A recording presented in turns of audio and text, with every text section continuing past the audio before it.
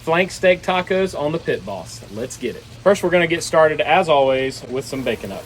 We're gonna get it down on a low heat griddle, and then we're gonna put the flank steak down and cook it as slow as possible. So we have 4 smaller flank steaks that we got from Butcher Box that we're gonna get down. We're gonna flip them constantly until we get to about 125 degrees internal temperature, and then we're gonna sear them on the other side with it nice and hot. Here are 4 smaller flank steaks. I have them seasoned with a couple of different rubs layered on there. All right, so we have these 2 sides on full high, and we put some more bacon up down, and now we're going to move the steak to this side to get a nice sear on the outside of them. If you have a meat weight, like a bacon weight or a steak weight here, now would be the time to use it. Or you can just lightly press down to get good surface contact all over the steak. Go ahead and get these off onto the cutting board.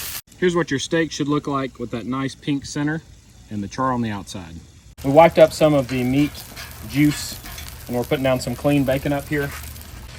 And I'm gonna add some flour tortillas to the griddle just to toast them up just a little bit. All right, and then on this side, we're gonna throw down some corn tortillas. You can dress your tacos up however you want. I went with the steak, onions, avocado, fresh garden tomatoes, lettuce, jalapenos, and some Mexican 4-blend cheese. Time for that first bite. That's some good eating. Let's eat, y'all.